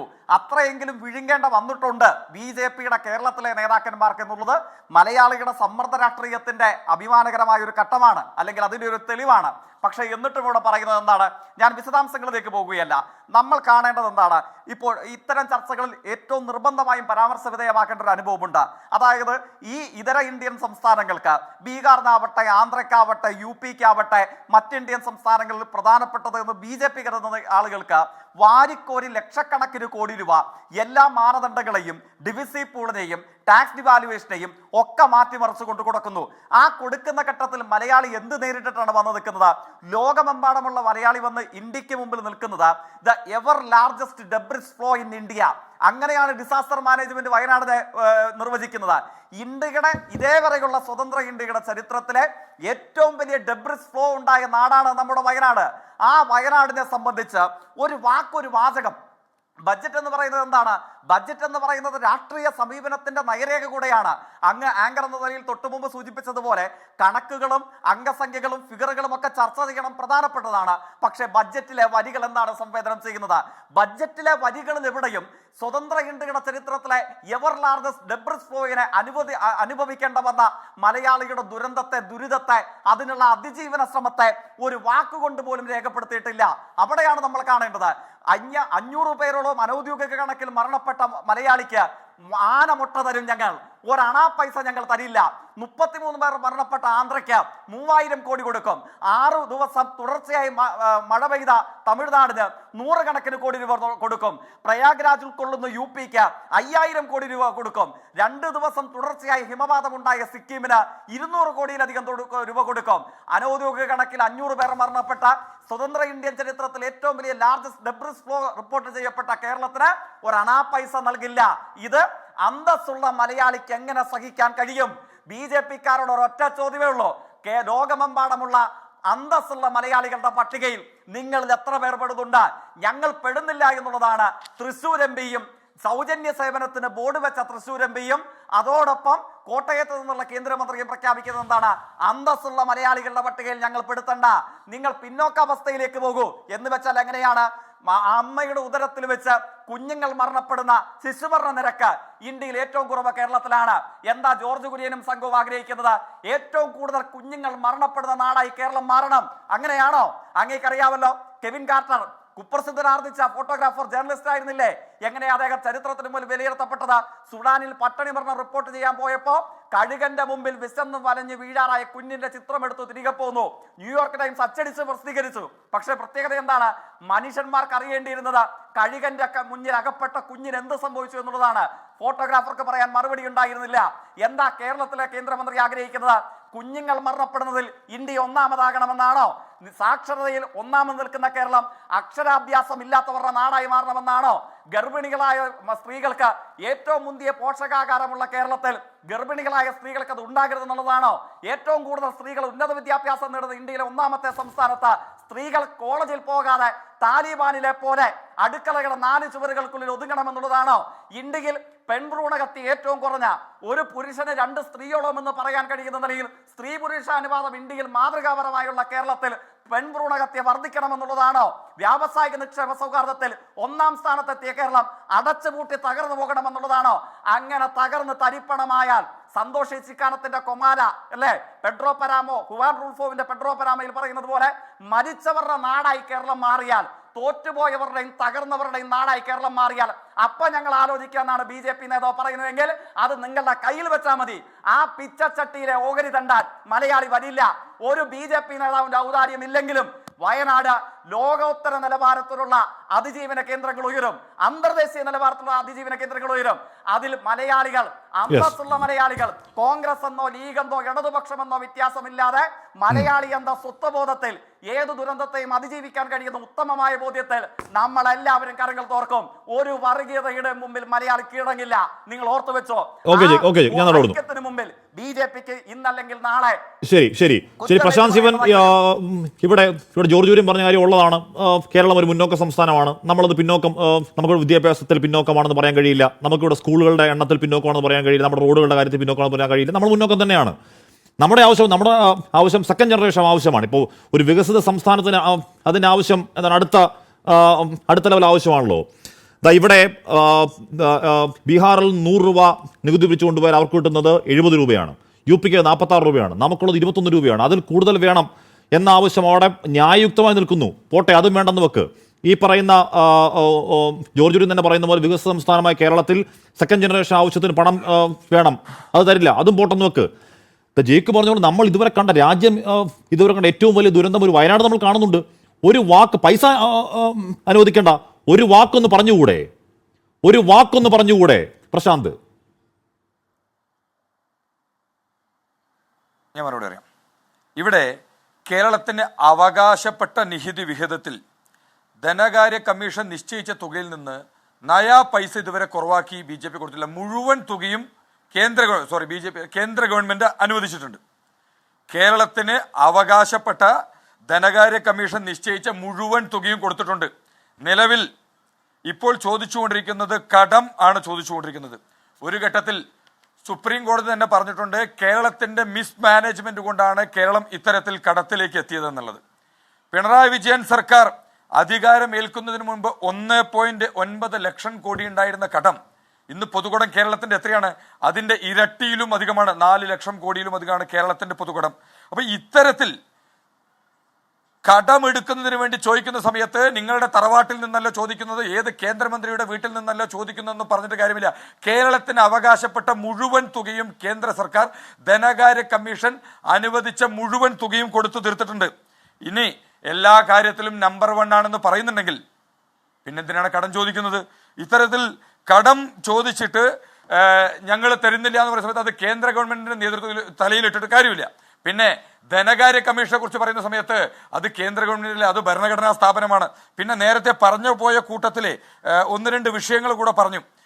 ഇവിടെ ബോധപൂർവം സന്ദീപ് വാര്യർ വലിയ രീതിയിൽ ശ്രമിച്ചുകൊണ്ടിരിക്കുന്നുണ്ട്. BJP മലയാളികൾക്കെതിരാണെന്നുള്ള രീതിയിൽ ഓവർ ടൈം എടുത്തുകൊണ്ട് പറയുന്നുണ്ട്. ഇവിടെ ഇത്തവണത്തെ ബഡ്ജറ്റിലെ UPA സർക്കാർ 2014 മുൻപ് അനുവദിച്ച തുക സെക്ടർ വൈസ് എടുത്തു നോക്കിക്കോളൂ. അതിനേക്കാൾ ഏതെങ്കിലും ഒരു മേഖലയിൽ കേരളത്തിന് കുറവായിട്ട് ഈ നരേന്ദ്രമോദി സർക്കാർ അനുവദിച്ചിട്ടുണ്ടോ എന്ന് വ്യക്തമാക്കുവാനായിട്ട് സന്ദീപ് വാര്യർ തയ്യാറാവണം. UPA സർക്കാർ അനുവദിച്ചിരുന്ന തുകയേക്കാൾ എത്രയോ മടങ്ങ് അധികമാണ് കേന്ദ്ര സർക്കാർ, ഇപ്പോൾ നരേന്ദ്രമോദിയുടെ നേതൃത്വത്തിലുള്ള സർക്കാർ കേരളത്തിന് അനുവദിച്ചു കൊടുത്തിട്ടുള്ളത്. പിന്നെ നിങ്ങളെല്ലാവരും ബോധപൂർവം ഇവിടെ മലയാളികൾക്കെതിരാണ് BJP എന്ന് വരുത്തി തീർക്കാൻ വേണ്ടി ഓവർ ടൈം പണിയെടുത്തിട്ട് കാര്യമൊന്നുമില്ല. പിന്നെ ജയിക്ക് നേരത്തെ ഇന്ത്യൻ പട്ടാളക്കാരെ കുറിച്ചൊക്കെ പറഞ്ഞു പോയ സമയത്ത് കോടിയേരി ബാലകൃഷ്ണൻ പറഞ്ഞത് തെറ്റാണ് എന്ന് പറയുവാനായിട്ട് ഒരാളും തയ്യാറായിട്ടില്ല, ജയിക്ക് തയ്യാറായിട്ടില്ല. ഇവിടുത്തെ ഇന്ത്യയിലെ സാധാരണ പട്ടാളക്കാർ മരിക്കുന്ന സമയത്ത് അതിന് മയ്യത്ത് നിസ്കാരം നടത്താൻ ഇവർ തയ്യാറാവില്ല. ഇവിടെ അജ്മൽ കസബ് മരണപ്പെടുന്ന സമയത്ത് മയ്യത്ത് നിസ്കാരം നടത്താൻ തയ്യാറാണ്. പാകിസ്ഥാൻ പറയും അതേ വാദം. അജ്മൽ കസബിന് മയ്യത്ത് നിസ്കരിച്ച ആരാണ്? അയാളെ പിടിച്ച് അകത്തുണ്ട്. ആരാണ് നിസ്കരിച്ചത്? ഇതിനെ അല്ല പ്രശാന്ത് ആരാണ് അജ്മൽ കസബിന് മയ്യത്ത് നിസ്കരിച്ചത്? അവരെയാണ് ഭീകരവാദികൾ എന്ന് പറയുന്നത്. അല്ല, ഞാൻ ആരാണ് അജ്മൽ കസബിന് മയ്യത്ത് നിസ്കരിച്ചത്? കേരളത്തിലെ പോലീസ് സംവിധാനമല്ലേ? അല്ല, ആരാണ് അജ്മൽ കസബിന് അല്ല ആരാണെന്ന് BJP-ക്ക് അറിയാവോ? അജ്മൽ കസബിന് മയ്യത്ത് നിസ്കാരം നടത്തിയ ആളുകളെ ജയിലിൽ ഇടേണ്ടത് ആരാണ്? അല്ല, ആരാണ്? എവിടെയാണെന്ന് BJP-ക്ക് അറിയാവോ? നരേന്ദ്രമോദി വന്നിട്ടാണ് ജയിലിൽ ഇടേണ്ടത്. അല്ല, ആരാണ്? അല്ല അതാരാണ്? എവിടെയാണെന്ന് BJP-ക്ക് അറിയാവോ? ഇത്തരത്തിലുള്ള കാര്യങ്ങളിൽ അല്ല, ആരാണ്? എവിടെയാണെന്ന് BJP-ക്ക് അറിയാവോ? അത് അന്വേഷിച്ച് ജയിലിടേണ്ടത് ആരാണ്? ഇത് ശരി, പിണറായി ചെയ്യുന്നില്ല. ശരി, പിണറായി ചെയ്യുന്നില്ല. കേന്ദ്രം തൂക്കൊണ്ട് പോകണ്ടേ? ദേശദ്രോഹ പണിയല്ലേ അത്? അല്ല, കേന്ദ്രം വന്ന് തൂക്കിക്കൊണ്ടുപോകണം. നമ്മുടെ ഭരണഘടനാ സിസ്റ്റം അനുസരിച്ചുകൊണ്ട് ഭരണഘടനാ സിസ്റ്റം പാലിക്കുന്ന ഒരു പാർട്ടിയാണല്ലോ BJP. അല്ല, ഏറ്റവും ചുരുങ്ങിയ പക്ഷം ആരാണെന്ന് പറയൂ. ആരാണെന്ന് പറയൂ അജ്മൽ കസബിനോട് മയ്യത്ത് നിസ്കരിച്ചത്? ഇത്തരത്തിൽ തൂക്കിയെടുത്ത് കൊണ്ടുപോയിട്ടുണ്ടല്ലോ. ഒരു മിനിറ്റ്. അല്ല, ആരാണെന്ന് പ്രശാന്തിന് അറിയാമെങ്കിൽ ആരാണെന്ന് പേരും സ്ഥലവും പറയൂ. കേന്ദ്രത്തിൽ നിന്ന് വന്ന് തൂക്കിയെടുത്ത് കൊണ്ടുപോയിട്ടുണ്ട്. അല്ല, കൊണ്ടുപോകണം. ഞാൻ പറയുന്നത് അല്ല, BJP-ക്ക് അറിയാമെങ്കിൽ തൂക്കിയെടുത്ത് കൊണ്ടുപോകണം. ഞാൻ ചോദിക്കുന്നത് പ്രശാന്തിന് അറിയാമെങ്കിൽ പറയൂ, ആരാണ്? എവിടെയാണത്? ഇന്ന് തീഹാറിലുണ്ട്. അല്ല, ഭീകരവാദികള് തീഹാറിൽ കിടക്കുന്നുണ്ട്. അപ്പൊ BJP-ക്ക് അറിയാലോ. അപ്പൊ അതുപോലെ തൂക്കിയെടുത്തോണ്ട് പോകണം. കാര്യങ്ങൾ ചെയ്യുന്ന ആളുകളെ ഭീകരവാദികൾ എന്ന് തന്നെ പറയും. ഒരു തർക്കക്കാരത്തില്ലെന്നേ. ഞാൻ പറഞ്ഞ കസബിന് മയ്യത്ത് നിസ്കരിച്ച ആരാണെന്ന് അറിയാമെങ്കിൽ അത് പ്രശാന്ത് പറയണം. അതല്ലാതെ ആകാശത്തേക്ക് വെടിവെച്ചതാണെങ്കിൽ അതും പറയണം. പോട്ടെ, ഇനി കോടിയേരി പറഞ്ഞത് തെറ്റാണെന്ന് ഞാൻ പറയാം. കോടിയേരി അങ്ങനെ പറഞ്ഞാൽ അജ്മൽ കസബ് എന്തെങ്കിലും ഇവിടെ ചെയ്താൽ കേരളം എങ്ങനെയാണ് പാകിസ്ഥാനാവുക? പ്രശാന്ത്, കേരളം എങ്ങനെയാണ് പാകിസ്ഥാനാവുക? അല്ല, ഇതിനെ തള്ളിപ്പറയുവാൻ ഇവിടെ പാകിസ്ഥാൻ പറയുന്ന അതേ താങ്കൾ ഇന്ത്യൻ പൗരനല്ലേ? ജേക്ക് ഇന്ത്യൻ പൗരനല്ലേ? സന്ദീപ് ഇന്ത്യൻ പൗരനല്ലേ? നമ്മളൊക്കെ ഇന്ത്യൻ പൗരന്മാരല്ലേ? ഇന്ത്യൻ പൗരന്മാർ ജീവിക്കുന്ന രാജ്യത്തെ ഒരു സംസ്ഥാനത്ത് ഇരുന്നുകൊണ്ട് നിങ്ങളുടെ സംസ്ഥാന നേതാവ് പറഞ്ഞതാ കേരളം പാകിസ്ഥാനാണെന്ന് പറഞ്ഞതാ, ഒരു ഉളുപ്പുമില്ലാതെ. ഇവിടെ അതിനെ ന്യായീകരിക്കുന്നു അജ്മൽ കസബ്. പാകിസ്ഥാൻ പറയുന്ന അതേ കാര്യം കോടിയേരി ബാലകൃഷ്ണൻ ആര് ന്യായീകരിക്കുന്നു? ഇവിടെ കേരളത്തിൽ ഇരുന്നുകൊണ്ട് ഇന്ത്യൻ പട്ടാളക്കാരെ അവരെ ഭീകരവാദികൾ എന്ന് പറയും. അവരെ ഭീകരവാദം വിളിക്ക്, കസബിനെ ഭീകരവാദം വിളിക്ക്, അപമാനിച്ചാൽ കസബിനെ ഭീകരവാദം വിളിക്ക്, അല്ലെങ്കിൽ അതിനെ അനുകൂലിച്ച ഭീകരവാദം വിളിച്ചു, ഒരു കുഴപ്പമില്ല. അതല്ലാതെ കേരളം മൊത്തം പാകിസ്ഥാൻ നിങ്ങൾ പറഞ്ഞ സംസ്ഥാനം തിരുത്തിപ്പറ പ്രശാന്ത്, എന്നിട്ട് ന്യായം പറ. എന്നിട്ട് ന്യായം പറ. കേരളത്തെ നിങ്ങളുടെ നേതാവ് ജയസൂര്യ വിളിച്ചത് പാകിസ്ഥാൻ എന്നാണ്, ഒന്നല്ല പല ആവർത്തി. അജ്മൽ കസബിനെ പിന്തുണച്ചുകൊണ്ട് യാക്കൂബ് മേമനെ അജ്മൽ കസബിനെ പിന്തുണച്ചുകൊണ്ട് ഹാഷ്മി വന്നാൽ ഹാഷ്മിയെയും ഭീകരവാദി എന്ന് വിളിക്കും. പറഞ്ഞു, ഒരു കുഴപ്പമില്ല, ഒരു കുഴപ്പമില്ല, ഒരു പ്രശ്നമില്ല. നാളെ വന്നാൽ എന്നെയും ഭീകരവാദി എന്ന് വിളിക്കും. അങ്ങനെ പറഞ്ഞോ, ഒരു കുഴപ്പമില്ലെന്നേ. അങ്ങനെ ഒറ്റപ്പെട്ട സംഭവങ്ങൾ നോക്കി ജീവിക്കുന്ന കേരളം മുഴുവൻ ഇരിക്കുന്ന കൂട്ടിൽ കാഷ്ടിക്കുന്ന ഒരു പക്ഷിയെ പോലെ ജീവിക്കുന്ന സംസ്ഥാനം പാകിസ്ഥാനാണെന്ന് പറഞ്ഞു നിങ്ങളുടെ സംസ്ഥാന നേതാവ് തിരുത്തിപ്പറ പ്രശാന്ത്, എന്നിട്ട് ന്യായം പറ. എന്തുകൊണ്ടാണ് കോൺഗ്രസും CPM-ഉം അവരെ തള്ളിപ്പറയുവാൻ തയ്യാറാവുന്നില്ല? ആദ്യം നിങ്ങൾ തള്ളിപ്പറ.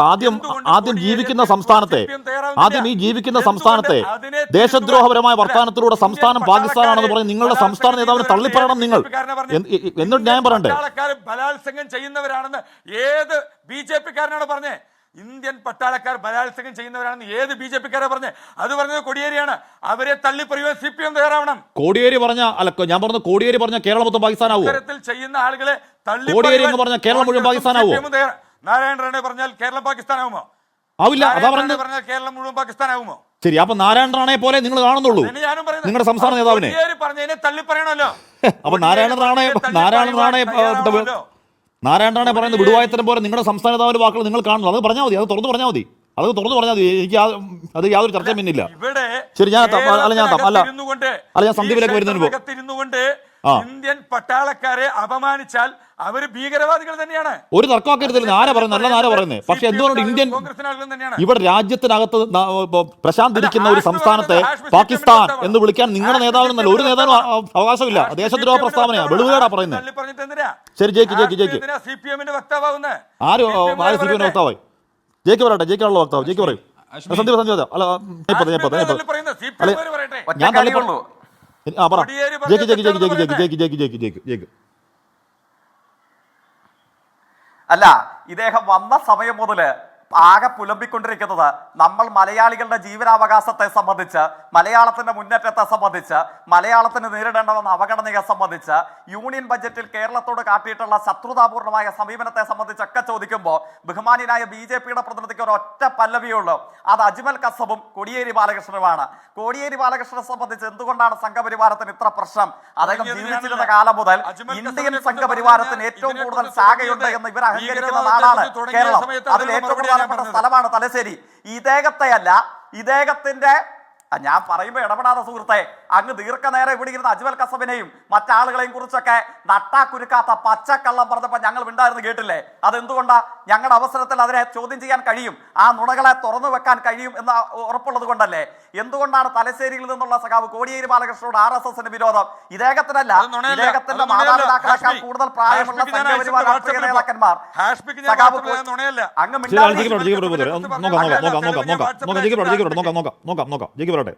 തെളിവ് ഞാൻ ഹാഷ്മിക്ക് വാട്സാപ്പിൽ അയച്ചിട്ടുണ്ട്. ഓപ്പൺ ചെയ്ത് കാണിച്ചു തരാം. ഞാൻ കാണിച്ചു തരാം. വന്ന വാർത്തയുണ്ട്. ഏതാ ടൈംസ് വാർത്തയാണ്? അല്ല, പ്രശാന്തിന് അറിയാം ഇയാളുടെ പേരങ്ങ് പറഞ്ഞൂടെ? എന്താ വാർത്തയല്ലത്? പ്രശാന്തിന് അറിയാം ഇയാളുടെ പേരങ്ങ് പറഞ്ഞൂടെ? ഇപ്പൊ നിങ്ങൾ തെളിവ് അല്ല, ആരാ ഏതാ അറിയാമെങ്കിൽ പ്രശാന്തിന് അറിയാമെങ്കിൽ പേരങ്ങ് പറഞ്ഞൂടെ? കേരള പോലീസ് നടപടി സ്വീകരിക്കുന്നില്ലെങ്കിൽ തൂക്കിയെടുത്തോട്ട് പോകാൻ ഇവിടെ കേന്ദ്രത്തിൽ പറഞ്ഞൂടെ? ഒന്നും അറിഞ്ഞൂടല്ലോ. അറിയാവോ? ഏതോ പത്രത്തിന്റെ പാതി വന്ന വാർത്തയാണോ വായിക്കുന്നത്? ഏതോ പത്രത്തിന്റെ പാതി വന്ന വാർത്ത വെച്ചാൽ സത്യമാവുന്നുണ്ടോ? നടത്തിയെന്ന് ചോദിച്ചു. തൂക്കിയെടുത്ത് കൊണ്ടുവന്നു. ഏതോ പത്രത്തിൽ വന്ന വാർത്തയല്ല, അന്ന് ദേശീയ മാധ്യമങ്ങളിൽ ഉൾപ്പെടെ വന്ന വാർത്തയാണത്. അപ്പൊ കേന്ദ്രത്തിന് ശ്രദ്ധയിലുണ്ട്. കേന്ദ്രം അന്വേഷിച്ചോ? ഇത് എവിടെയാ ഇപ്പോൾ സത്യമാണോ ഉള്ളതാണോ കേന്ദ്രം അന്വേഷിച്ചോ? നടപടി സ്വീകരിച്ചോ? ഒന്നും ഉണ്ടായില്ലോ. അല്ല, ഇതൊക്കെ എന്നിട്ട് ഇപ്പോ ഉത്തരം മുട്ടുമെന്ന് പറയേണ്ടതാണോ പ്രശാന്ത്? ബീഹാറിൽ കിടക്കുന്നത് ഇപ്പൊ ഉത്തരം മുട്ടുമെന്ന് പറയേണ്ടതാണോ പ്രശാന്ത്? ഓക്കെ, വിട്ടേക്ക്. നേതാക്കന്മാർ ശരി, ഓക്കെ, വിട്ടേക്ക്. ബീഹാറിൽ കിടക്കുന്നത് കിടന്നോട്ടെ. ഞാൻ പറയാം, ഉത്തരം നമ്മുടെ വിഷയമല്ല. ഞാൻ പറഞ്ഞ പ്രശാന്ത് തുടക്കത്തിൽ BJP കേരളത്തോട് ഒരു വിരോധവും ഇല്ലെന്ന് പറഞ്ഞതിനെ ഈ അടുത്ത കാലത്ത് ഞാൻ നേർക്കുനേർക്കേട്ട ഒരു പ്രതികരണം കേൾപ്പിച്ചെന്നേ ഉള്ളൂ. ഞാൻ ജയിക്കിലേക്ക് എത്താവേ. സന്ദീപ് വാര്യർ ഇവിടെ ശരി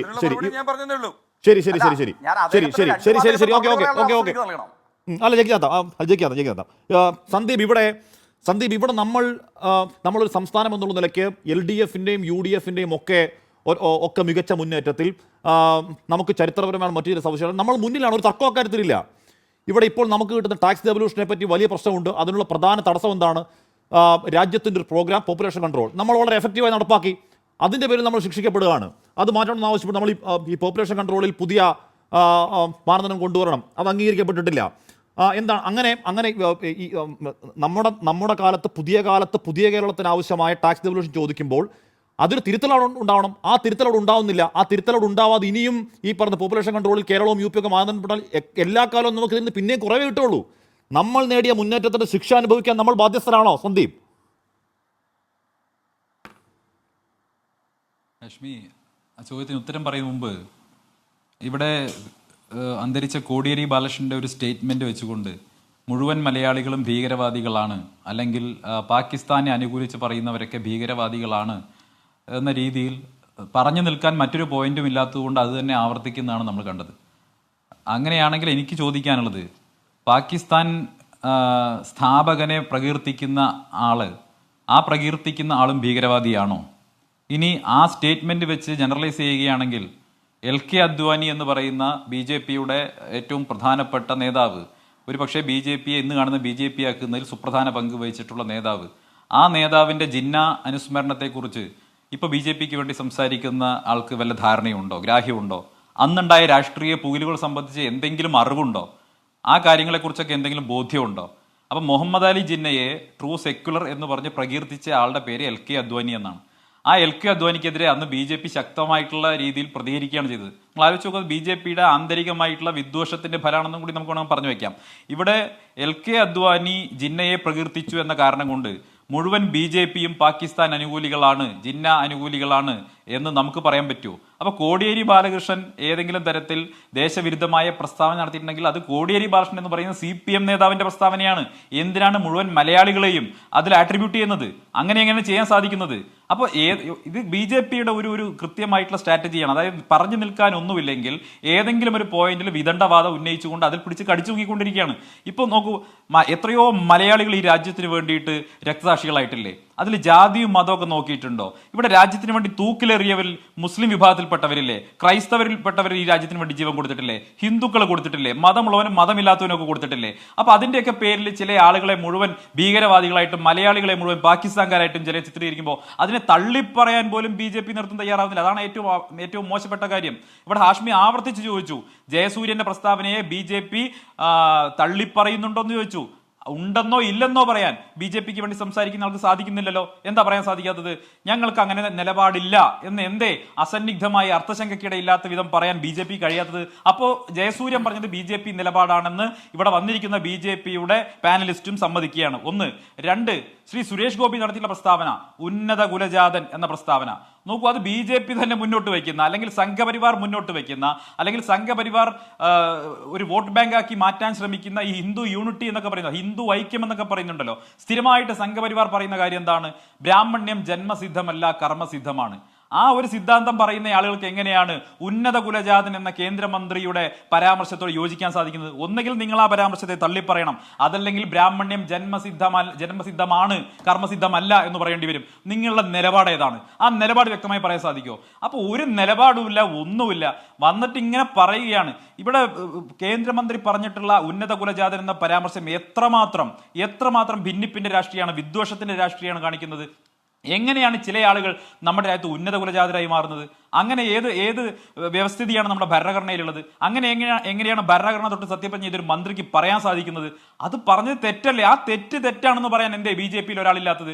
ഇനി കേന്ദ്രമന്ത്രി പറഞ്ഞതുപോലെ ഗോത്രവർഗ വിഭാഗങ്ങളുടെ ക്ഷേമത്തിന് വേണ്ടി സവർണ വിഭാഗങ്ങളിലുള്ളവർ ഈ പറയുന്ന സോ കോൾഡ് ഉന്നത കുലജാതർ മന്ത്രിമാരാവട്ടെ എന്നാണെങ്കിൽ നിങ്ങൾ ആദ്യം SC മോർച്ചയുടെ ST മോർച്ചയുടെ സംസ്ഥാന പ്രസിഡന്റും അഖിലേന്ത്യാ പ്രസിഡന്റുമായിട്ട് ഈ പറയുന്ന സോ കോൾഡ് ഉന്നത കുലജാതരെ വെക്ക്, എന്നിട്ട് അതിനെ നന്നാക്കി കാണിക്ക്. അപ്പൊ മറ്റൊരു പ്രധാനപ്പെട്ട വിഷയം എന്താ ഹാഷ്മി, അങ്ങനെ പറയുമ്പോൾ ഒരു അപകടം എന്താ, ഈ SC ST വിഭാഗത്തിൽപ്പെട്ട ആളുകൾ കോമ്പിറ്റന്റ് അല്ല എന്നൊരു പ്രശ്നം വരുന്നില്ലേ? അവർക്ക് അവരെക്കാൾ കോമ്പിറ്റന്റ് ആയിട്ടുള്ളത് ഈ പറയുന്ന ഉന്നത കുലജാതരാണ് എന്നൊരു വ്യാഖ്യാനം കൂടി ആ പറഞ്ഞതില്ലേ? നമുക്ക് എങ്ങനെയാണ് അത് അംഗീകരിക്കാൻ സാധിക്കുക? അപ്പം ഒന്നാമത് ഈ സുരേഷ് ഗോപിയെ പോലെ ഒരാൾ BJPക്ക് അകത്ത് പോയി പെട്ടപ്പോഴാണ് ഇതുപോലെയുള്ള അങ്ങേയറ്റത്തെ ജാതി വിരുദ്ധ അല്ലെങ്കിൽ പൊളിറ്റിക്കലി ഇൻകറക്റ്റ് ആയിട്ടുള്ള, അതല്ലെങ്കിൽ രാഷ്ട്രീയമായി നമുക്ക് ഒരിക്കലും യോജിക്കാൻ സാധിക്കാത്ത അങ്ങേയറ്റം വർണ്ണവെറിയുള്ള വംശീയ വെറിയുള്ള ഇത്തരം ജാതീയ വെറിയുള്ള പ്രസ്താവനകൾ വരുന്നത്. അത് BJPയുടെ ആന്തരികമായിട്ടുള്ള വെറുപ്പിന്റെ വിദ്വേഷത്തിന്റെ രാഷ്ട്രീയത്തിന്റെ ഭാഗമായി മാറിയതിനു ശേഷമാണ്.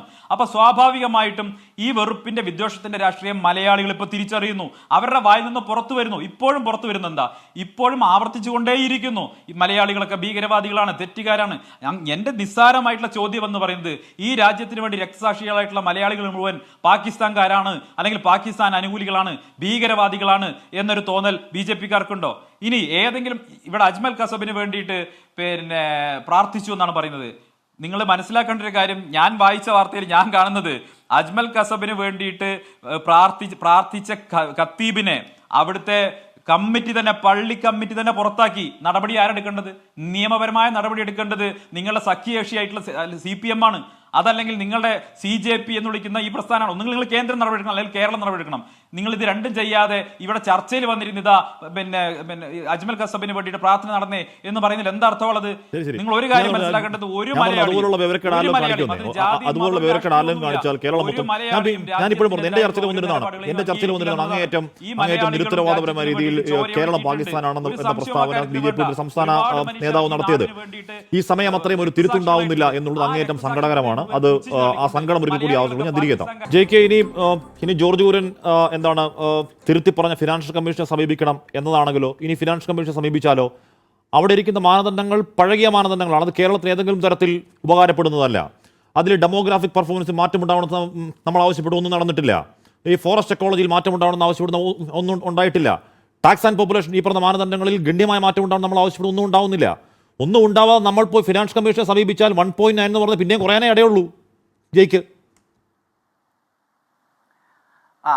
ഞാൻ ആ ചോദ്യത്തിലേക്ക് ഒറ്റ വാചകത്തിൽ മറുപടി പറഞ്ഞ അദ്ദേഹത്തിന്റെ കൊടിയേരി ആശങ്ക എനിക്കൊന്ന് തിരുത്തേണ്ടതായിട്ടുണ്ട്. ഏതായാലും ബഹുമാനപ്പെട്ട BJPയുടെ യുവനേതാവ് മനസ്സിലാക്കേണ്ടത്, ഫിനാൻസ് കമ്മീഷനെ സംബന്ധിച്ചും അതിന്റെ നശിച്ച മാനദണ്ഡത്തെ സംബന്ധിച്ചും ഡിവിസി പൂളിനെ സംബന്ധിച്ചും ഒക്കെ ഏറ്റവും കൂടുതൽ മുഖ്യമന്ത്രിയായിരുന്നപ്പോൾ ആകുലപ്പെടുകയും അതിനുവേണ്ടി നിരവധി തവണ സാമൂഹ്യ മാധ്യമങ്ങളിൽ ട്വീറ്റ് ചെയ്യുകയും ചെയ്തിരുന്ന പഴയ ഒരു മുഖ്യമന്ത്രിയുണ്ട്. സൗകര്യം കിട്ടുമ്പോൾ ഏതാണ് ഇന്ത്യൻ ഫിനാൻസ് കമ്മീഷനെയും അതിന്റെ നിയമാവലിയെയും നിരന്തരം ശപിച്ച് ഈ ഡിവിസി പൂൾ നശിച്ച് നാറാണക്കല്ല് പിടിക്കണമേ എന്ന് പറഞ്ഞ മുഖ്യമന്ത്രി, ഗുജറാത്തിന്റെ മുൻ മുഖ്യമന്ത്രി ആരായിരുന്നു എന്ന് സൗകര്യം കിട്ടുമ്പോൾ BJP നേതാവ് ശാഖയിലോ ആഫീസിലോ ഒക്കെ ചെല്ലുമ്പോൾ ഒന്ന് പഴയ ട്വിറ്റർ 2014 പുറകിൽ ഒന്ന് മറച്ചു നോക്കിയാൽ ആ പേര് കിട്ടും. ഇങ്ങനെയാണെങ്കിൽ ഗുജറാത്ത് ടാക്സ് തരില്ല എന്ന് പറഞ്ഞു കേട്ടോ. ഇങ്ങനെയാണെങ്കിൽ കേന്ദ്രത്തിലോട്ട് ഗുജറാത്ത് ടാക്സ് തരില്ല എന്നുകൂടി എന്ന് പറഞ്ഞായിരുന്നു ആ മുഖ്യമന്ത്രി. ഇങ്ങനെയാണെങ്കിൽ ഗുജറാത്ത് കേന്ദ്രത്തിലോട്ട് ടാക്സ് 5 പൈസ തരില്ല. പറഞ്ഞു കൊടുത്തേക്കും. അല്ല, അതാണ് പറഞ്ഞത്. ഈ ഫിനാൻസ് കമ്മീഷനും ഈ ഡിവിസി പൂളും ഒക്കെ നശിച്ച് നാറാണക്കല്ല് പിടിക്കണേ എന്ന് പറഞ്ഞ് പ്രചരണം നടത്തിയ BJPയുടെ നേതാവ്, ഗുജറാത്തിന്റെ മുൻ മുഖ്യമന്ത്രി ഇപ്പോൾ ആരാണ് എന്ന് സൗകര്യം കിട്ടുമ്പോൾ BJP നേതാവ് വീട്ടിലോ ശാഖയിലോ ആഫീസിലോ ചെല്ലുമ്പോൾ നോക്കണം. പിന്നെ കോടിയേരി ബാലകൃഷ്ണനെ സംബന്ധിച്ച് അങ്ങ് പറഞ്ഞത് എനിക്ക് അത്ഭുതവും ആശങ്കയും തോന്നി കോൺഗ്രസ് നേതാവിന്റെ പ്രതികരണം കേട്ടപ്പോൾ. ഇരിക്കട്ടെ, ഞാൻ അതിനോട് സംസാരിക്കാനില്ല. പക്ഷെ BJP നേതാവ് മനസ്സിലാക്കേണ്ടത് എന്താണ്, അങ്ങയുടെ പൂർവികരും മുതുമുത്തശ്ശന്മാർക്കും മുത്തശ്ശിമാർക്കും ഒക്കെ കോടിയേരിയോടും അദ്ദേഹം പ്രതിദാനം ചെയ്യുന്ന CPIഎമ്മിനോടും തീർത്താൽ തീരാത്ത പകയുണ്ട്. എന്തുകൊണ്ടുണ്ട്? 2024 ഏപ്രിൽ മാസവും RSSന്റെ മുഖമാസിക ഓർഗനൈസർ പറയുന്നു, തങ്ങൾക്ക് ഇന്ത്യയിൽ ഏറ്റവും കൂടുതൽ ശാഖ പ്രതിദിനം പ്രവർത്തിക്കുന്ന ഇന്ത്യയിലെ ഒന്നാമത്തെ സ്റ്റേറ്റ് മോഡിയുടെ ഗുജറാത്തോ യോഗിയുടെ UPയോ രാജസ്ഥാനോ നാഗപ്പൂർ ഉൾക്കൊള്ളുന്ന മഹാരാഷ്ട്രയോ അല്ല, അത് തലശ്ശേരി ഉൾക്കൊള്ളുന്ന കേരളമാണ്. ആ കേരളത്തിൽ നിങ്ങൾക്കൊരു പള്ളിയുടെ കീഴേയും പോയി ശില പൊളിച്ചു നോക്കാൻ കഴിയുന്നില്ല, നിങ്ങൾക്കൊരു വർഗീയ കലാപം നടത്താൻ കഴിയുന്നില്ല, ക്ഷേത്രത്തിൽ പ്രവേശിച്ച അധസ്ഥിതനെ കൊന്നുകളയാൻ കേരളത്തിൽ പറ്റുന്നില്ല. ഉപ്പ എന്ന വാക്ക് ഉച്ചരിച്ചതിന്റെ പേരിൽ 2025 ആണ്ടിൽ പള്ളി പൊളിക്കുന്നത് CPM തന്നെയല്ലേ? അതിന്റെ പേരിൽ തലശ്ശേരി കലാപ സമയത്ത് പള്ളി പൊളിച്ചത് വിളിച്ചതൊക്കെ ആരെയാ ജയിക്ക്? CPM നേരിട്ട് വിളിച്ചിട്ടുണ്ടല്ലോ. അതിന്റെ പേരിൽ BJP ചെയ്യേണ്ട പണി CPM തന്നെ ചെയ്യുന്നുണ്ടല്ലോ കേരളത്തിൽ. സമാധാനത്തെ പള്ളി വിളിക്കുന്ന പണി. മതനിരപേക്ഷതയെ തകർക്കാൻ നിങ്ങൾക്ക് കഴിയുന്നില്ല. അതിന്റെ അരിശം കോടിയേരിയോടുണ്ട്, CPM-നോടുണ്ട്. RSSന്റെ അരിശത്തെ ഞങ്ങൾ സ്വാഗതം ചെയ്യുന്നു. RSSന്റെ അപ്രീതി മതനിരപേക്ഷ ഇന്ത്യക്കുള്ള ഞങ്ങളുടെ സർട്ടിഫിക്കറ്റ് ആണ്. പക്ഷെ അത് വെച്ചിട്ട് നട്ടാ കുരുക്കാത്ത നുണ പറഞ്ഞിട്ട് കാര്യമില്ല. അഫ്ഗാനിസ്ഥാനിലേക്ക് ഇന്ത്യയിൽ വന്ന തീവ്രവാദികളെ വിട്ടയച്ചതാരാ? BJP നേതാവിന് അറിയില്ലേ? അതേപോലെ കാശ്മീരിലേക്ക് മുജാഹിദീൻ തീവ്രവാദികൾക്ക് സഹായം ചെയ്തു കൊടുത്ത BJP നേതാവാണ്. അഭിനവ BJP നേതാവിന് അറിയില്ലേ? സൗകര്യം വിട്ടുമ്പോൾ ആ ചരിത്രമൊക്കെ ആഫീസിൽ പോയി നോക്കണം. വാഞ്ചി ജില്ലയിൽ നിയമസഭാ തെരഞ്ഞെടുപ്പിൽ മീർ എന്ന് പറയുന്ന താരിഖ് മീർ എന്ന് പറയുന്ന BJP നേതാവിനെ BJP താരിഖ് മീറിന്റെ പണി എന്തായിരുന്നു? മുജാഹിദ് തീവ്രവാദികൾക്ക് കാശ്മീരിൽ വന്നിട്ട് ഇന്ത്യൻ പട്ടാളത്തെ കൊല്ലാൻ സൗകര്യം ചെയ്തു. പ്രതികരണം നോക്കിക്കഴിഞ്ഞാൽ കാണാൻ സാധിക്കും. ഇന്ത്യൻ പട്ടാളക്കാരെ കോടിയേരി ബാലകൃഷ്ണൻ ഒരു ചുക്കുമില്ല, ഒരാളെയും ജിന്നയെപ്പറ്റി അധ്വാനം പറഞ്ഞ യോജിക്കുന്നുണ്ടോ പ്രശാന്ത് ശിവൻ? ജിന്നയെപ്പറ്റി അധ്വാനം യോജിക്കുന്നുണ്ടോ പ്രശാന്ത് ശിവൻ? ശരി, ജിന്നയെപ്പറ്റി അധ്വാനം പറഞ്ഞതിനോടോ? ജിന്നയെപ്പറ്റി അധ്വാനം പറഞ്ഞതിനോടോ പ്രശാന്ത്? ജിന്നയെ കുറിച്ച് അദ്വാനി പറഞ്ഞതിനോട് അന്ന് തന്നെ BJP അതിൽ വളരെ വ്യക്തമായ കാര്യങ്ങൾ അതിൽ മറുപടി പറയണം. രണ്ട്, നേരത്തെ സന്ദീപ് പറഞ്ഞതിൽ ഇപ്പൊ എന്നോട് ചോദിച്ചുകൊണ്ട് ഞാൻ പറയാം. സന്ദീപ് പറഞ്ഞതിലുള്ള ഒരു കാര്യങ്ങൾ ഉണ്ടായിരുന്നു. ഇവിടെ പാകിസ്ഥാനെ അനുകൂലിച്ചു കഴിഞ്ഞാൽ ഭീകരവാദികളാക്കുമെന്ന്, ഇന്ത്യയെ എതിർത്ത് കഴിഞ്ഞാൽ ഭീകരവാദികളാക്കുമെന്നാണ് ഞാൻ പറഞ്ഞത്. മറ്റൊരു രാജ്യത്തെ അനുകൂലിക്കുന്നില്ല. ഇന്ത്യയെ എതിർക്കുന്നു, ഇന്ത്യൻ മിലിറ്ററിയെ എതിർക്കുന്നു കഴിഞ്ഞാൽ അവരെ ഭീകരവാദികൾ എന്ന് തന്നെ പറയും. പിന്നെ അതോടൊപ്പം ഈ ഇവിടെ സ്നേഹം എന്നൊക്കെ പറഞ്ഞു സന്ദീപ് വാര്യർ, നിങ്ങൾ മനസ്സിലാക്കേണ്ട ഒരു കാര്യമുണ്ട്. നിങ്ങൾക്ക് സമയം കിട്ടുമ്പോൾ നിങ്ങളുടെ സോണിയാഗാന്ധിയോടൊന്ന് മനസ്സിലാക്കാൻ. നമ്മുടെ സമയം കഴിഞ്ഞു. ഇനി ഏതെങ്കിലും സംഭവം ഉണ്ടെങ്കിൽ ആ ഒറ്റപ്പെട്ട സംഭവത്തിൽ എടുത്ത് നമ്മൾ ജീവിക്കുന്ന സംസ്ഥാനം പാകിസ്ഥാനാണെന്ന് പറഞ്ഞാൽ അംഗീകരിച്ചു തരാൻ മനസ്സില്ല. അതിന് ആര് പറഞ്ഞാലും എൻകൗണ്ടർ പൂർണ്ണമാവുകയാണ്.